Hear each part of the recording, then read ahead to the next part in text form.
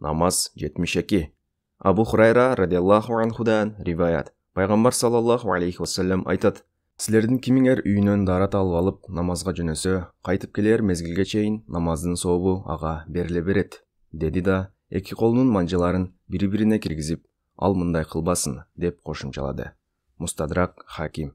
Түшүндүрмөсү: намазда себепсиз эле эки манжаны бири-бирине кайчылаштыруу дурус эмес, деги эле бул жагымсыз нерсе. Ошондуктан үйүнөн дарат алып, намазга жөнөгөн киши намазда тургандай сооп алганынан манжаларын бири-бирине кайчылаштыруусу да жакшы болбой калат дегени. Абу Хурайра радиаллаху анхудан риваят. Пайгамбар саллаллаху алейхи вассалам айтат: Силердин кимиңер үйүнөн дарат алып алып, намазга жөнөсө, кайтып келер мезгилге чейин намаздын сообу ага бериле берет. Деди да, эки колунун манжаларын бири-бирине киргизип, ал мындай кылбасын, деп кошумчалады. Мустадрак Хаким.